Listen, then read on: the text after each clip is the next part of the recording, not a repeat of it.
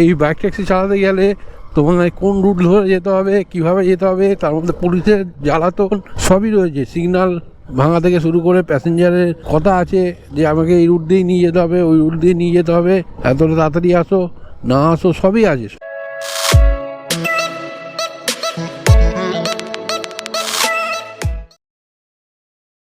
Good morning, শুভ সকাল। আড্ডো lifestyle চ্যানেলে daily ব্লগে সবাইকে স্বাগতম। তো কালকে তো তোমাদের দেখালামই কত কি ইনকাম করলাম। কালকে বাজারটা ভালোই ছিল, দেখা যাক আজকে কেমন কি কাজ হয়। কেননা প্রত্যেক দিন কিন্তু সমান যায় না, যেদিন ভালো যায় সেদিন বেশি করে তোমরা কাজ করে নেবে, কারণ জানবে পরের দিনটা কিন্তু খারাপ যাবে। চলো দেখা যাক আজকে কেমন কি কাজ হয়। ভিডিওটা দেখতে থাকো, কোথায় কী প্রবলেমে ফেস করছি সবই তোমাদের সামনে তুলে ধরবো, ভিডিওটা দেখতে থাকো। আর সবচেয়ে বড় প্রবলেম তো আমাদের র্যাপিডো, মানে বাইক বুস বানিয়ে যে কী ভাড়ে ভাড়া কম দিচ্ছে, লাস্ট বাধ্য হয়ে কাস্টমারদের বলতে হচ্ছে, কেন আর কোনো অপশান নেই না। ভাড়া ধরছি, যদি কাস্টমার রাজি হয় তাহলে যাচ্ছি। ওরে ভাই সাহ, 4 কিলোমিটার পিক আপ পোর্টারে, ফার্স্ট বুকিং পোর্টারে ঢুকেছে, কিন্তু 4 কিলোমিটার পিক আপ কে যাবে পিক আপ করতে? আর যদি লং ভাড়া হতো তাও ঠিক ছিল, 91 টাকা ফেয়ার আছে, যাবে আবার বারুইপুর। বাপরে বাপ, দরকারই নেই। আমার মনে হয় এই পার্সেলটা একবার নিয়ে গেছিলাম, তো আমার আর আজকে দরকার নেই বারুইপুর যাওয়ার, কারণ সেদিনকে একটু ফেসেছিলাম। যাই হোক, পোর্টারে যদি এরা 250-300 টাকা ভাড়া হতো তাহলে ধরে নিতাম, 3 কিলোমিটার যেতেও আমার অসুবিধা হতো না। চলো দেখা যাক। ফার্স্ট বুকিং তো র্যাপিডো ঢোকালো, কিন্তু ধরলাম না। পরের বুকিং দেখি কার ঢোকে। অবভিয়াসলি র্যাপিডোই ঢোকাবে, পোর্টার ঢুকেছিল ফার্স্ট বুকিং, সেকেন্ড বুকিং র্যাপিডোই ঢোকাবে। ফার্স্ট বুকিং তো ধরলাম না, ফার্স্ট বুকিং এখনও ফার্স্ট বুকিংই বলছি, কারণ র্যাপিডো ফার্স্ট বুকিং ঢোকাবে। কেন এখান দিয়ে র্যাপিডোর ভাড়াটা বেশি, যাত্রীতে অত ভাড়া করে না, এখান থেকে করে খুবই কম, আসে মাঝে মধ্যে আসে ফার্স্ট বুকিং যাত্রীতে, মানে সোনারপুর দিয়েও যাত্রীর ভাড়া পেয়েছি প্রথম বুকিং। আর যারা ভাবছো নতুন বাইক ট্যাক্সি চালাবে তাদেরকে একটা কথাই বলছি, বাইক ট্যাক্সি চালানোর থেকে অন্য কাজে নামো। কেন তোমাদের বারবার বলেছি, যেগুলো অ্যাডে দেখায় সেগুলো কিন্তু সঠিক নয়। যে 30,000 টাকা মাস গেলে ইনকাম, 40,000 টাকা ইনকাম, তার পেছনে খরচাটা যাওয়া তো সেটা দেখায় না। কেন এই বাইক ট্যাক্সি চালাতে গেলে তোমার কোন রুট ধরে যেতে হবে, কীভাবে যেতে হবে, তার মধ্যে পুলিশের জ্বালাতন সবই রয়েছে। সিগন্যাল ভাঙা থেকে শুরু করে প্যাসেঞ্জারের কথা আছে যে আমাকে এই রুট দিয়ে নিয়ে যেতে হবে, ওই রুট দিয়ে নিয়ে যেতে হবে, এতটা তাড়াতাড়ি আসো না আসো সবই আছে। সব রকম প্রবলেম আছে, সব রকম ফেস করতে পারবে না। সবচেয়ে বড় প্রবলেম হচ্ছে, তোমাকে যা রাস্তা দেখাবে তুমি বুকিং ধরে নিলে, 10 কিলোমিটার তোমার 70 টাকা দেখালো, তুমি ধরে নিলে, তুমি বুঝতে পারলে না, কিন্তু তোমার যে লস যাবে সেটা তুমি নিজে বুঝতে পারবে না।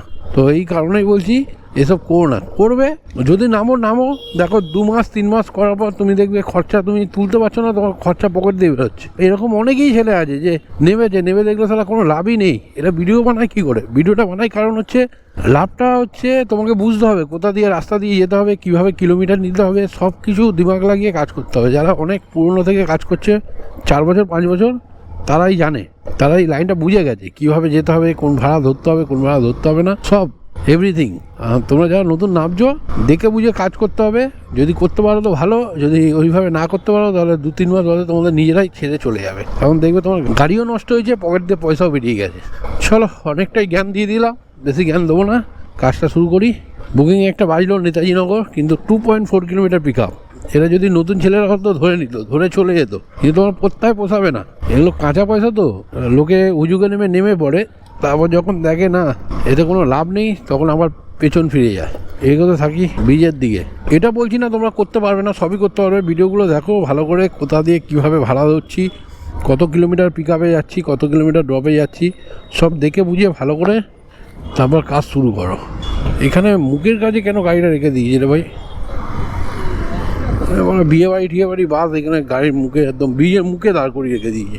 তো আজকের দিনে প্রথম বুকিং ধরেছি র্যাপিডোতে, সোনারপুর টু গড়িয়া মনে হয় মেট্রোর কাছেই যাবে, সব মেট্রো ধরার জন্য এখান থেকে বুকিং করে। যাই হোক, যা ভাড়া ধরেছি তুলে নিলাম, কারণ এই সোনারপুর দিয়ে বেরোলে ভাড়াটা থাকে, এখানে ভাড়া নেই সেরকম। 1.3 কিলোমিটার পিক আপ আছে, সময় লাগবে 4 মিনিট। পিক আপটা একটু লং, কিন্তু আমাকে এখান দিয়ে বেরোতে হবে। এখানে যদি বসে থাকি না 10টা-12টা পর্যন্ত বসে থাকতে হবে, যদি বড়ো ভাড়ার জন্য বসে থাকি।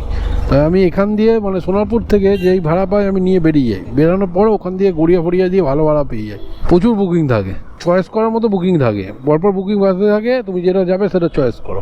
এইখানে চয়েস করার অপশানই দেয় না, বাজলো আর গাইব। যাই হোক, চলো পিক আপ করি।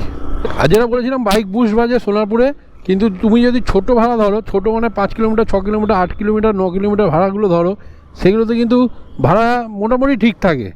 আর 5 কিলোমিটার তো ভাড়া ঠিকই থাকে, আর 8-9 কিলোমিটার, 10 কিলোমিটার ভাড়া ঠিকই থাকে, কিন্তু অল্প একটু কম থাকে। যদি 10 টাকা কাস্টমার কাছে গিয়ে যদি তুমি রিকোয়েস্ট করো, ও ঠিক দিয়ে দেবে, ওই ফোন করে বলার দরকার নেই। আর আমি ফোন করে বলাটা খুব কম, যদি লং ভাড়া খুব বেশি কম দেখায় তখন বলি, এছাড়া আমি বলি না। কাস্টমার কাছে গিয়ে বলি, দিয়ে দেয়, বাড়িয়ে দেয়।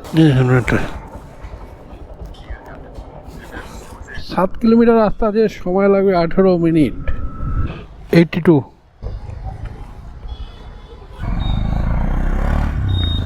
শহীদ ক্ষুদিরাম মেট্রো ঢালাই ব্রিজে নামিয়ে কাস্টমারকে প্রায় 10-15 মিনিট ধরে বসেছিলাম, তো বুকিং পাচ্ছিলাম না। হঠাৎ আমি পোর্টারটা অন করি, ভাবলাম পোর্টারটা অন করে রাখি, তো পোর্টারেই বুকিং পেলাম। আজকে সানডে, তো বুকিং কম আছে, মানে কম মানে প্রচুর কম।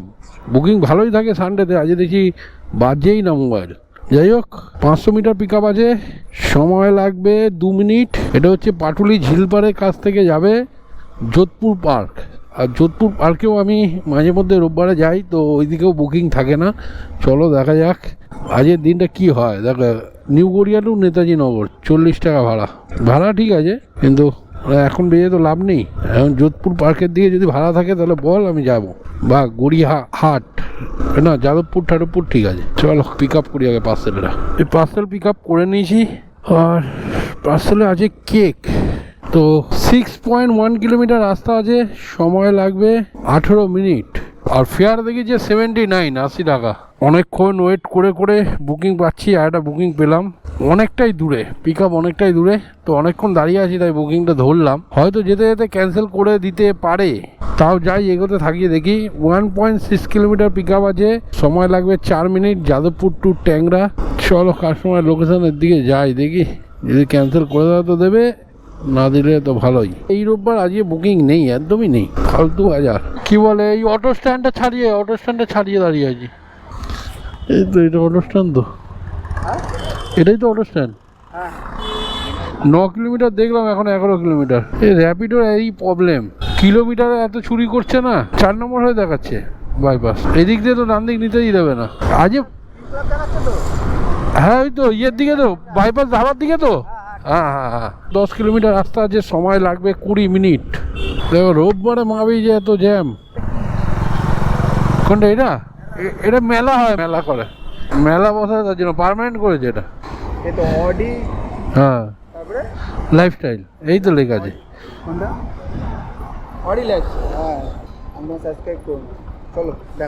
হ্যাঁ হয়ে গেছে, ঠিক আছে ঠিক আছে। ভাই এখানে আসতে না আসতেই ভবানীপুরে একটা বুকিং পেলাম র্যাপিডোতে। Dhapa to Bhabanipur 800 metre pick up আছে, সময় লাগবে 3 মিনিট। দীপক তো हाँ आना दीजिए, वेट करेंगे। बोलिए 83 8 किलोमीटर रास्ता আছে, সময় লাগবে 24 মিনিট। पेमेंट कैसे करेंगे, कैश ना ऑनलाइन? खुजा है 85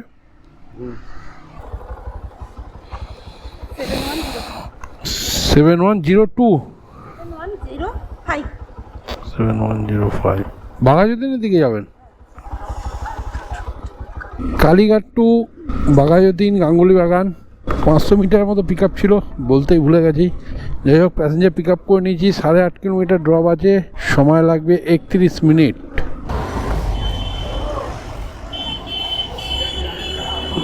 93 টাকা ফেয়ার দেখিয়েছে। ধর র্যাপিডোটা অন করে, র্যাপিডোটা বন্ধ রেখেছিলাম, তো র্যাপিডো অন করে নিলাম। এই বুকিংটা কমপ্লিট হলো, দেখা যাক পরবর্তী বুকিং কোথায় পাই। নেক্সট বুকিং র্যাপিডোতে Baghajatin to Kalighat, 650 metre pick up আছে, সময় লাগবে 2 মিনিট। জয় মা কালী, কালী মায়ের দর্শন পেয়ে যাবো।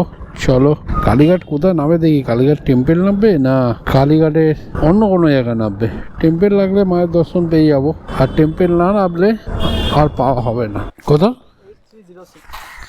8306। এদিকে বেরোবো না, কোন দিকে বেরোবো? 7.4 কিলোমিটার রাস্তা আছে, সময় লাগবে 19 মিনিট। 82 কী করবেন অনলাইন? যাত্রী অ্যাপসে একটা অর্ডার ঢুকলো, হঠাৎ ক্যান্সেল করলো কেন কে জানে। যাই হোক ছাড়ো, ক্যান্সেল করেছে যখন করেছে, আমার প্রবলেম নেই, এখানে দাঁড়াই বুকিং পাবো। কালীঘাটে প্রায় আধা ঘন্টা ওয়েট করার পর বাড়ির দিকে এগোচ্ছি, কারণ একটাও বুকিং বাজছে না। বাজছে সে হাওড়া তো আমি যাবো না। রোববার হাওড়া তুলে নিলে ভালো হতো, যাই হোক তুলিনি।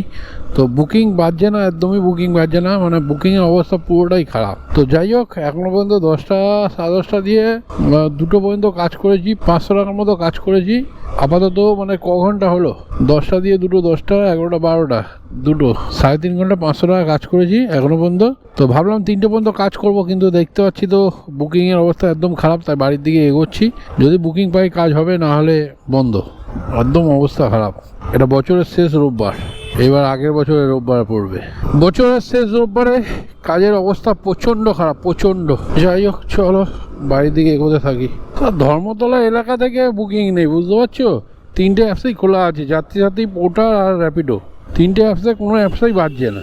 বছরের শেষ রোববার, পুরো ডাউন, মার্কেট ডাউন। 4 ঘন্টা, ধরো 4 ঘন্টায় কাজ করেছি, 3.5 4 ঘন্টায় 500 টাকা ইনকাম করেছি। সেখানে আমার 800 টাকা 1000 টাকা উঠে যায় এই রোববারে বাজারে। 800 টাকা তো মিনিমাম ওঠেই, ভাবা যাচ্ছে।